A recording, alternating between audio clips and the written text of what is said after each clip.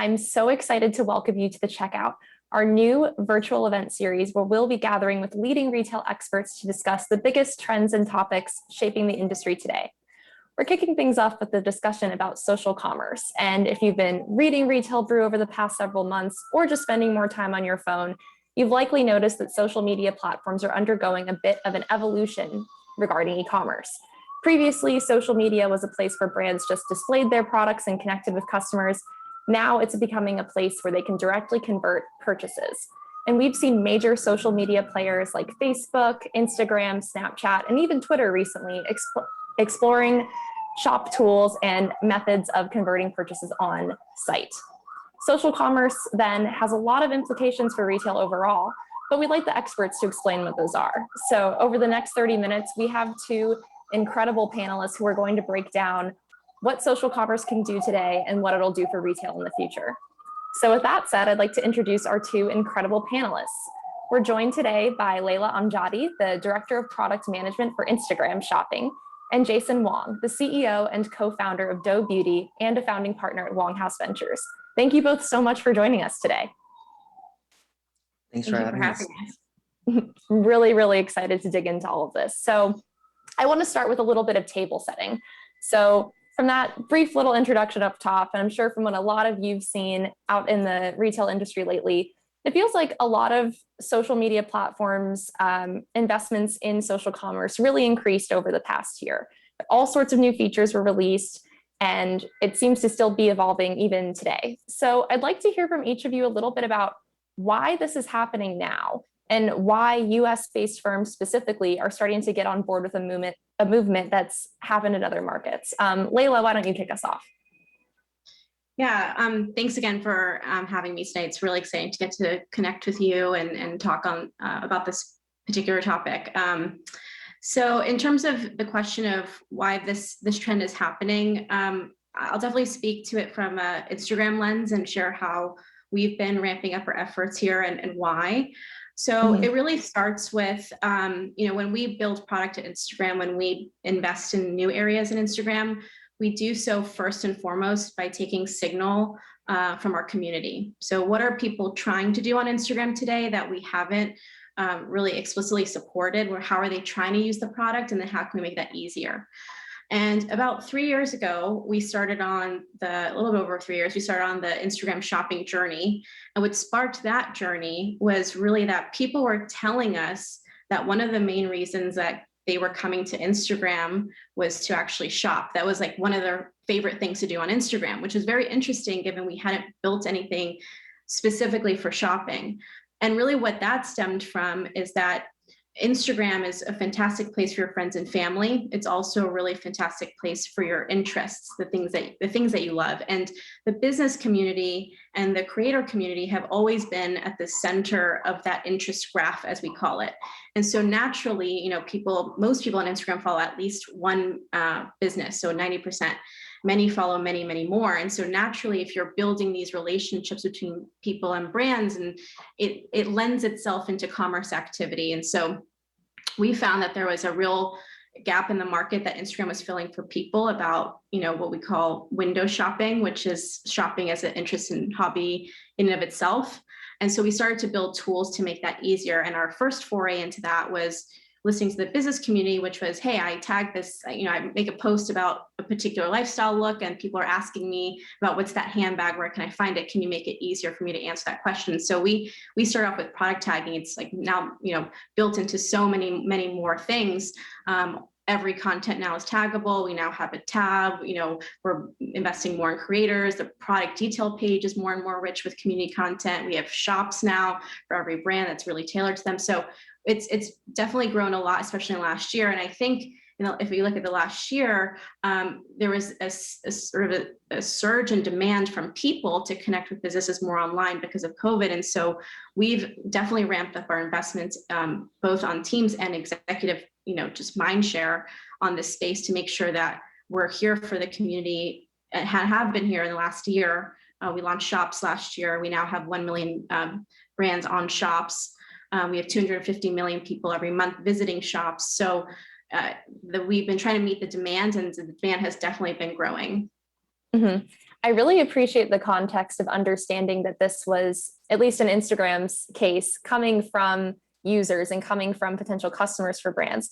But I'm also curious about the other side of the coin and how retailers are thinking about this and how brands are thinking about how they can activate on social media to drive purchases. And Jason, I imagine you have some insight here as a current operator in retail. What do you think about the recent social commerce movement generally? Yeah, we were actually on Instagram shopping right when it came out, actually. And to that, we actually push a lot of effort towards that because we noticed that there's two buckets of people that likes to browse on our website. Number one is people that really want to go through the entire experience from the home page to the product page and read all the copies. And there's some people that just want to see a product, add a cart, and check out in 5 seconds. And for us, Instagram store and Instagram shop was really the only product at the time to enable that. And even to today, it's really the most seamless experience because Instagram makes up about, at this point, 38% of our overall revenue. And Wow. given that, think about all the drop-offs that might have happened if they go on our Instagram, click the link in bio, and they go on our website, but they're the type of people in the bucket too that just want to check out very, very fast. They're gonna drop off a lot. So we're seeing a lot of interest of people directly going to our profile, click shop, or click the product that's tagged and just check out from there. They have their checkout information saved. And even I'm personally a customer on Instagram shop when I shop at other stores because I really just don't like to browse. I like to just buy what I want to buy. And so we're definitely seeing a lot of demand from our customers to put more emphasis on better product tagging, emphasizing the product better in our creatives in order for them to shop better on our store. Mm-hmm. And I can imagine, Jason, as the leader of a brand in the present space, a good strategy probably involves experimenting with other social media sites. So what can you tell us about what you've seen from, TikTok or Snapchat, or even how Doe activates on Twitter? Are there any differences between those platforms that have stood out to you? Yeah, absolutely. We like to take advantage of any platform that is giving us a voice. We're a relatively smaller beauty brand, so we like to be everywhere and an omni-channel approach, if you will. We've explored TikTok. Right when they first started out their self-serving app platform, we were one of the first few brands that were on there. And we were testing out new formats that they didn't release to other people yet. And one of that was the shopping feature, which is a video where there's boxes right on the bottom that you can click directly to go to the website. But that technology to this day, I believe, still only leads you to the website product page. There's not a native shopping feature within TikTok, as far as I know. Maybe I'm not in that exclusive program yet, but that was really the limitation. It still goes back to the same problem that I had in the beginning, is that you're still going to the product page. All that was really solving was skipping the link in bio. You just click the link product in the box and you go to the website, but you still have to go through the entire website. So that's what we had over there. On Snapchat, we haven't been on their Snapchat shop feature. We've done a lot of ads on Snapchat, and that still leads us to the website. So to this date, the only storefront that we have on social media is Instagram shop and Facebook shop. Got it. And one thing that the two of you have mentioned, which I find really fascinating, is that it sounds like from in-house at Instagram and from where you're sitting at Doe Beauty, Jason, there's a lot of consumer interest about having a frictionless experience and not having to leave an app to make a purchase. However, we got some audience questions ahead of this event, and one of our audience members, John, noted that when he speaks to retailers who are interested in social commerce, they say that materially only about 5% or fewer of total revenue is coming from social commerce. And earlier in the year, eMarketer released a really interesting study that shows that even with acceleration in social commerce, it'll only account for about 4.3% of total e-commerce sales in the US. So that makes me wonder, there's a lot of potential here, but there's also still some friction that's keeping it from reaching its full potential with consumers and converting more purchases. So I'm wondering, from each of your perspectives, where you see opportunities for social commerce to keep evolving and improving to then take a bigger slice of the e-commerce pie. Layla, maybe you can kick us off here with some ideas.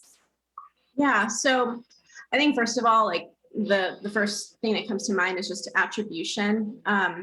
So like we know that product tagging, like when someone comes to a product, like they might not want to buy that particular product in that moment, because we know the consideration cycle for some of the products that suit suit the ethos of Instagram quite well just have longer periods of time, but it does result in people going to the website and maybe buying something else. So I think like in general, we haven't nailed as an industry proper attribution, and that's something that I think as we get more and more sophisticated, I think we'll see that, social, to Jason's experience has a pretty outsized responsibility in terms of in driving sales, not necessarily of that specific product, but at least of sales on the site. So that's just one reaction I had to that.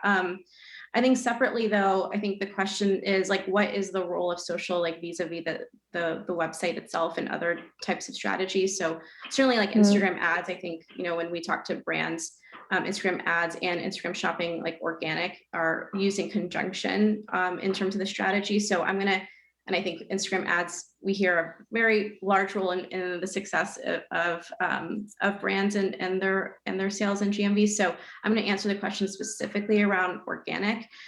What we see the role of organic being here is really around helping brands connect very deeply with their community around commerce.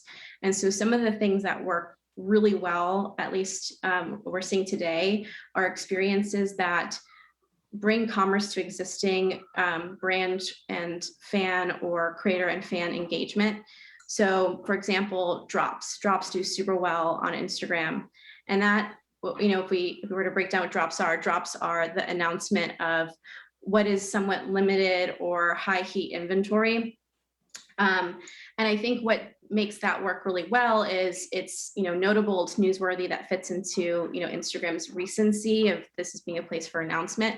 But I also have found that one of the reasons why I think drops work so well is because I think it gives brands a feeling of permission to speak a little bit more explicitly about commerce on Instagram than they're historically used to. So for example, if I'm an example of a drop here would be, we have a creator, Nikita Dragon, who launched a new makeup collection, and she did this launch by teasing the creative, teasing the product, going live, doing live shopping, and she announced and dropped her first set of products through that format. That experience of announcement, I think, led her to be really clear, like, hey, I have something coming out, you should be excited about, this is why, and this is how you buy it. And that leads to super good conversion. What doesn't work as well, which is what I see a lot of brands do, is actually be really like subtle about commerce on social media. And so I think these event-based, whether it's drops or live shopping, they do so well because they give that permission. But I think without brands really truly embracing that, hey, actually it's okay to be a little bit clearer about the sale, and that's actually what people want because they're following you and they care about you and they want to know how to support you. Like, that's really what's going to tip from this being a place from discovery to actual like full-on sales. So I think brands leaning in is super critical here. Absolutely. So there's already one great takeaway for everybody listening. Make sure you're explicit on your channels about when you're selling and how you're selling. But Jason, I want to kick it back to you. What other points of friction do you see, and any potential solutions for getting around that so that social commerce can become a bigger part of the e-commerce ecosystem? Yeah, there's really two limitations I'm looking at here. If you take a look at how recent social commerce was really popular in the United States, 4 to 5% is actually not a bad number, considering that e-commerce itself, like the entire e-commerce industry, is only taking up 21% of the overall retail market share. So, and e-commerce has been here for 2-3 decades now. So when you think of it in that relative terms, it's actually doing pretty well. Like, the traction is there, but this all really takes time. Like, you might ask, well, e-commerce is so great now, you can get 2-day shipping. Why is it only still less than a quarter of the overall market share? It's just because it takes time for people to change their purchase behavior. It takes time for people to really understand how to use something. A new technology introduced brand new to how they shop is something that's going to take time. It's obviously accelerated through the pandemic, but 20% for e-commerce and 5% for social commerce within the e-commerce space, it's honestly not a bad number. It sounds bad right now, but you have to zoom out and look at it in the bigger picture. The other thing that I will speak on is I think social commerce right now still have limitations for stores with larger SKUs. For instance, shops on Instagram doesn't give you the categorization and filter capabilities that larger storefronts do. So if your store has more than 50 SKUs, you're only really realistically only able to display a fraction of it. And for the consumers who are looking to add multiple products to their cart, they're gonna want to go to the website for the full catalog rather than just on the Instagram shop. So I think that's kind of like my observations on why people still go to the website, even though there are the perfect frictionless checkout experience within Instagram shop. That's really just my two takes. And I'm interested in your point about the size of retailers. We got an audience question about whether social commerce would be to the detriment of small businesses, or if, you know, really large multinational brands are at an advantage in terms of using their larger followings to then convert more purchases through social. What do the two of you think about opportunities for small businesses versus larger retailers in social commerce and growth opportunities there? Maybe Jason, you can kick us off with this one. I actually think small businesses have the advantage here because they're smaller and more nimble. And they typically, from my observations, are better at social than larger corporations. You're not gonna go on Instagram and look at Home Depot. You're not gonna go on Instagram and look at the Targets, you know? So like these are what I think are the big box retailers. Smaller companies are better at creatives, they're more nimble, they're able to communicate to the customers faster and in a more personal and intimate way that I just think that larger companies can't do. Now, if we want to take a step down and be like, well, let's look at the larger DTC brands that have 200K, 300K followers. Well, yeah, they may have an advantage because they have that existing audience, but at the end of the day, you can still drive traffic to your storefront through paid ads, through influencer marketing, and really be in the same playing field as these bigger brands if you do it right. Now, there's obviously budget constraints, resource constraints, but I don't think that the difference is like fighting a titan. People try to visualize that Instagram shop position larger brands at an advantage, but I actually disagree, saying that small brands that can move faster, that can innovate faster, that can, you know, really build a better relationship and closer relationship with their customers will have the advantage on social commerce. Interesting. Layla, what do you think? 'Cause I know you see, you know, all sorts of retailers being active on social commerce, and particularly for Instagram. From your experience, do you have any thoughts on, you know, retailer size and implications? Yeah, I just want to plus one Jason's last point, which is around brands that build community.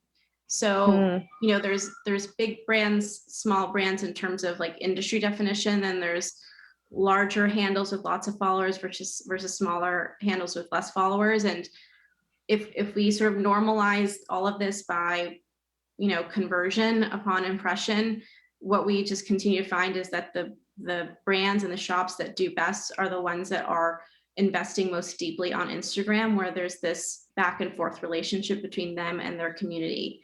So, you know, what does that engagement look like in comments? Are people proactively coming on and at mentioning and tagging you? Like, are you feeding that rabid fan base? Are you feeding the evangelism that is like so natural to people to come to Instagram to partake in with brands that they love? That is really the difference, it seems. And so, you know, and then to Jason's other point around being nimble, I just want to plus one that as well. Like, we're building this whole space together, you know, these platforms, brands, creators. And so the only way we'll realize opportunity faster is if we're all testing and learning. And so, you know, whether it's like live shopping that just came out, or drops, or reels shopping, which we just launched recently, which has really high adoption rate actually right now. Or, you know, looking at what the @shop account does. We have this @shop account that is sort of like a test bed. So brands can learn and see how we use our own tools so they can get ideas. Like, if we all are experimenting together and embracing that nimbleness, we can probably realize the opportunity faster. So I just want to plus one to both of those points that Jason made. Yeah, it seems like flexibility is really key in terms of determining, you know, which tools you should be using as a retailer, and also which platforms you should be activating on. And Layla, you brought up live stream in the list of tools you mentioned that smaller retailers are using on Instagram right now. And I know live streaming is a really hot space right now for social commerce. It seems like every other platform is developing some form of live streaming tool and opportunity to sell products in real time, a la QVC. Do you each think that that is kind of where social commerce is going this year and in the years beyond in terms of the feature that will be the place where more purchases are drawn, or are either of you still bullish on Infeed posts? I'd love to hear your perspective on, the types of content that retailers are producing to convert purchases now that live streaming is in the mix. And maybe Layla, you can kick us off here. Yeah, I mean, certainly live broadly is a format that just has really exploded in the last year, in particular with COVID. And so again, looking at where people are naturally spending their time, that's where we take our signal for where to invest next. And so live was a huge space where brands and people were connecting with the kickoff of COVID, and has been. And so live shopping is definitely accelerated and something we're very excited about. We also launched live rooms recently, which is the ability for multiple people to go live and talk about a product and so that's been really interesting to watch. So this is an area for sure that we're excited about, and we're looking to invest in further beyond live rooms, beyond live drops, and hoping to bring more of those experiences to the shopping tab in the very near future. So I'm personally really excited about live shopping, but recognizing it's like relatively nascent versus other markets, but one that I think we're, all of the assets are there for it to work well for people who choose to use it for which that makes sense for their community. And just for some clarification here, so what are you noticing that you think is making it a great area of potential? Is it the authenticity of it being live and in person? Is it the interactive element that you can have with leaving comments? Like, what factors are making this stand out to you? Yeah, so I think it's live and video in general. I would say video is broadly an area of excitement for us, because now we're really rounded out on our formats: live shopping, IGTV shopping, real shopping, stories. So with live, though, it's this really fantastic like 1-2 punch of discovery and in-depth consideration in one go. And so you get introduced to the product, but then you really get to learn about the product. You get to hear about it from the people who know best. You get to experience other people's questions and answers, and hopefully in the near future actually get to engage a lot more deeply with the brand or the creator or fellow community members. And so that it truly is like the experience of, walking into a store with your people, whether it's your friend or your fellow beauty lover. And I think it helps you really make the decision on, is this the right thing for me, given what I'm learning, given how I'm experiencing this product, maybe in this particular makeup tutorial or what have you. And so, it just seems to address the full funnel experience that people need when they are trying to make a decision on the types of products that again sing well on Instagram, which is in fashion, beauty, home decor. And Jason, have you seen this, or have you tested live streaming at all as a brand, or what are your thoughts here on live stream versus Infeed? I think this goes back to the previous point about like how there's different types of people who shop differently. Live streaming is great for specific products. So like if I'm just buying a mug, I'm not gonna go on live stream and look at how people advertise the mug. But if I want to look at how products are being used, the recommendations, the tutorials, then I want to go into a live stream and do more in-depth research into it. But then there's also people who really still buy those products but don't care enough to sit through the live streaming feed. So they just prefer the feed. There's people who really want to get through the entire experience, and just like what Layla say, they want to get that in-store shopping experience again. They want that intimate one-to-one. They want to talk like they're having a conversation with someone from the brand to get a better understanding of how things work and how do I use it. But then there's also a large bucket of people, which is a majority, who sees a product, they will check it out, and they'll do their own due diligence. They'll do their own YouTube research and at their own time, because we're living in a place where people are having shorter and shorter attention span because contents are getting shorter and shorter. There's a higher volume of content, so there's more to get through. And for a lot of those people who want to get through as much content as possible, sitting through a 15-minute live stream isn't really something on their agenda. So that's kind of my observation, is that live streaming is great to appeal to those people who want to get back that in-store experience, before we can actually go back to the store. Some of them may actually prefer to just sit at the comfort of their home to get that experience again. But for the majority of people, I think I'm still bullish that feed posts will come up on top. And just because that's really how social media is shifting. We're shifting in more content in shorter durations. And even like Instagram Reels, instead of a 1 minute post, you guys limit it to 30-second posts, because I think you guys understand that your consumers are also having shorter attention span. So that's why I think feed posts will definitely come out on top at the end. You know, Jason, you bring up a really interesting point about live stream in terms of that offering an element of interactivity that consumers don't get in the virtual world that many of us have had to experience during the pandemic. But we are at an interesting inflection point right now where many states are lifting restrictions. In-store shopping is coming back with different safety precautions. Do you think that the role of social commerce is going to change in any meaningful way once, you know, omni-channel retail or brick and mortar retail is fully reopened again? No, I think this really accelerated the change that we're going to see anyways, but in a duration of a few months. If you go into Sephora today, there's not the same testers that you can use again. So why would I go into the store just to see something that's in package, just so I can hold it before I check out at the counter?